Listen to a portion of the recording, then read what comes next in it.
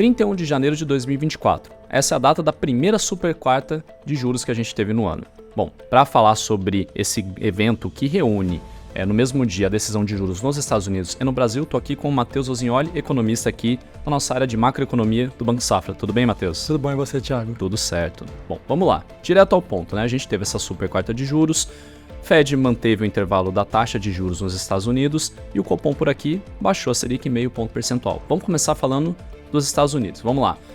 A gente já previa essa manutenção do intervalo, certo? Então, o que teve de destaque ontem? Foi a fala de Jerome Powell, presidente do Fed? O que foi? Na fala do presidente do Fed tem mais tempo para explicar o que o comitê estava pensando. Então, de fato, tem mais oportunidade para ter alguma surpresa, né? O comunicado, por ser mais enxuto, foi pouco alterado. Teve um parágrafo ou outro que mudou um pouquinho. Por exemplo, ele teve que alterar uma parte que ele falava de possível alta adicional. Isso não cabe, não faz mais sentido nesse momento que está falando de corte de juros ou estudando o corte de juros no curto prazo. Então isso teve que ser removido.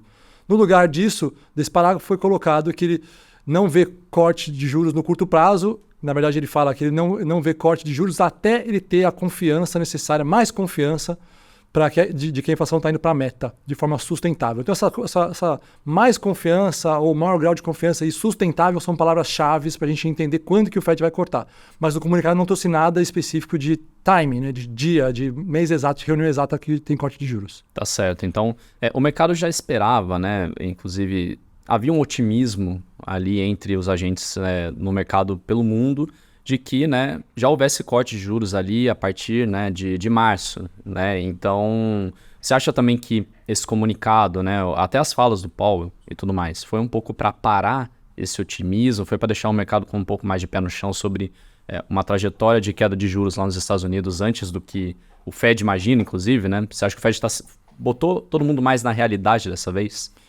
Faz sentido isso que você falou. Acho que estava no plano. Isso já vinha de discursos de alguns membros do Fed antes da reunião, falando que no curto prazo talvez não, talvez mais para o final do ano ou meio do ano, não tão rápido quanto março. Então acho que ele tentou, o presidente do Fed tentou justamente isso, tirar um pouco da ideia de que vai ser em março, mas ao mesmo tempo falar que tem espaço para corte de juros. A gente está vendo, ele falou, a gente já tem alguma confiança de corte de juros, a gente só precisa de mais confiança, a gente quer ver mais dados de inflação bons, a gente já teve uma leva de dados de inflação bons nos últimos 6 meses, a gente precisa de mais confiança. Então é meio que realmente ganhar tempo, tentar pular uma reunião de março, pegar mais informação, mais divulgações até maio e aí sim consolidar esse início de corte. Tá certo, bom. O que mais dá para trazer sobre os Estados Unidos para a gente pós reunião ontem do Fed? Tem mais algum ponto que você julga importante, que você viu, aliás, dentro desse contexto de divulgação da nova taxa não, né? Da manutenção do intervalo da taxa de juros por lá? Acho que a história geral, e isso vale para outros países, outras economias, por exemplo, a zona do euro. Acho que os bancos centrais estão tentando ganhar tempo justamente para entender se a inflação está cedendo de forma sustentável porque o mercado de trabalho está apertado. Então a gente tem visto taxa de desemprego baixa em várias economias. E isso nos livros textos de economia, isso não conversa. Uma taxa de desemprego baixa, em geral, ela é aliada a uma inflação alta. Então está acontecendo alguma coisa que deve vir especial da parte de bens, que gerou uma desinflação muito rápida, e esses bancos centrais eles estão cautelosos, com receio de já começar um ciclo de corte de juros, e depois ver que foi muito cedo e houve um repique de preços. Então, acho que é uma coordenação global de ter mais confiança de que realmente essa desinflação que veio, ela veio para ficar. Tá certo. Bom, então você só falou sobre até o Banco Central Europeu, né? Ele geralmente segue muito ali decisões do Fed. Então, o que a gente, só para finalizar essa parte, no contexto internacional, né? Já que a gente já falou, a gente pode esperar alguma coisa, algum movimento diferente do Banco Central Europeu, de repente, agora na próxima reunião que eles forem fazer de política monetária? Como você falou, eles coordenam bastante, tem bastante a influência de uma economia com a outra, né? Mas acho que a Europa tem uma particularidade que os Estados Unidos não têm, que é uma atividade fraca. Então a gente já viu o PIB da Alemanha com contração de 0,3 no quarto trimestre, o PIB da zona do euro como um todo zerado, enquanto o PIB dos Estados Unidos crescendo 3% anualizado, mais do que 3% anualizado. Então essa divergência pode gerar uma reação mais rápida do Banco Central Europeu, pode ser.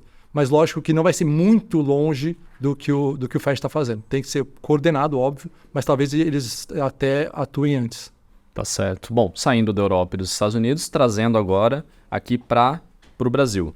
Bom, a gente teve na super quarta, claro, também a decisão do Copom sobre a Selic. A Selic agora está em 11,25% ao ano. A gente já esperava que houvesse uma redução de 0,5 ponto percentual. Então, o que você traz de destaque do que veio do Copom, principalmente no comunicado? O que você traz aqui de panorama na nossa visão aqui de macroeconomia do Safra?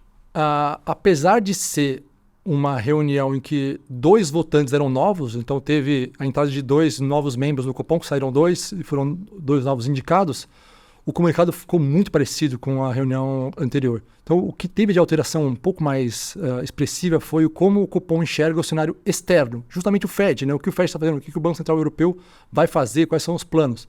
Então, ele falava que era um cenário incerto, depois ele falou de adverso, depois ele falou menos adverso.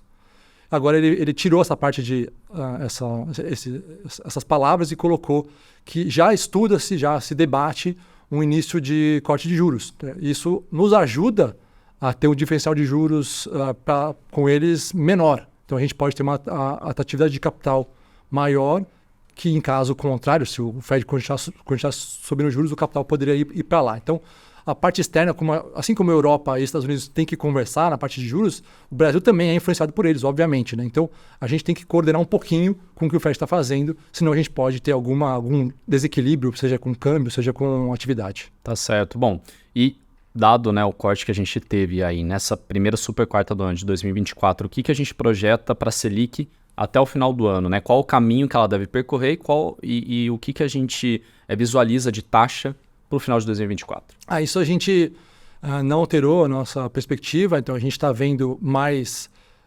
5 cortes de juros esse ano, já teve então agora mais 5, até setembro, são cortes de 50 pontos base. Então a taxa ia fechar o ano em 8,75, segundo a nossa perspectiva. O Copom já indicou, né, assim como na outra reunião, ele indicou pelo menos mais 2 cortes de 50 pontos base. Então tem mais 1 ponto percentual garantido. A gente acha que o tempo vai passando, ele vai continuar com esse discurso de mais 2 cortes, mais 2 cortes até lá na frente, quando ele para em 8,75 em setembro. Lá na frente a gente já vai estar com um panorama de inflação muito próximo da meta. Ele faz uma média entre a inflação dos 2 anos, agora ele está dando um pouco mais de peso para o ano de 25, um pouco menos para o ano de 24, então essa média vai ficar mais próxima da meta, então aí ele já consegue ter mais tranquilidade de parar no patamar um pouquinho acima do neutro. Perfeito. Mais algum detalhe que a gente deve trazer aqui para quem nos acompanha sobre principalmente essa super quarta e mais especificamente sobre a taxa Selic agora que, relembrando, né, para quem está nos acompanhando, está em 11,25 hoje, dia 1º de fevereiro? Assim como eu falei para os Estados Unidos, também é válido para o Brasil, né? As últimas 2 ou 3 leituras de inflação, elas tiveram uma composição um pouco diferente do que antes. A gente teve a parte de bens caindo bastante, e aí isso pode ter muito a ver com China exportando deflação, fazendo produtos baratos e vendendo. A gente voltou a essa corrente de comércio depois da pandemia, isso melhorou, voltou ao normal. Então a parte de bens realmente muito baixa, a gente tem visto o custo das empresas também super baixo, commodities caindo, parte de EGPM que mostra esse custo da empresa, né? Borracha, metálicas, químicos, todo esse conjunto de produtos está com uma inflação muito baixa. Então a parte de bens tem uma também inflação controlada, contida.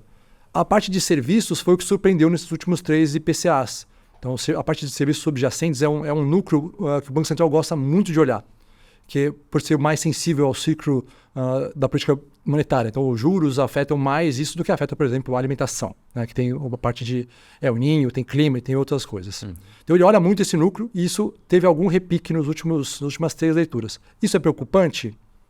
Por enquanto, não. Acho que é natural que a gente tenha uma inflação de serviços um pouco acima da meta, outros itens, por exemplo, bens abaixo da meta, e aí, na média, a gente vai ter os dois ali próximo de 3,5, que é a nossa projeção para a inflação desse ano.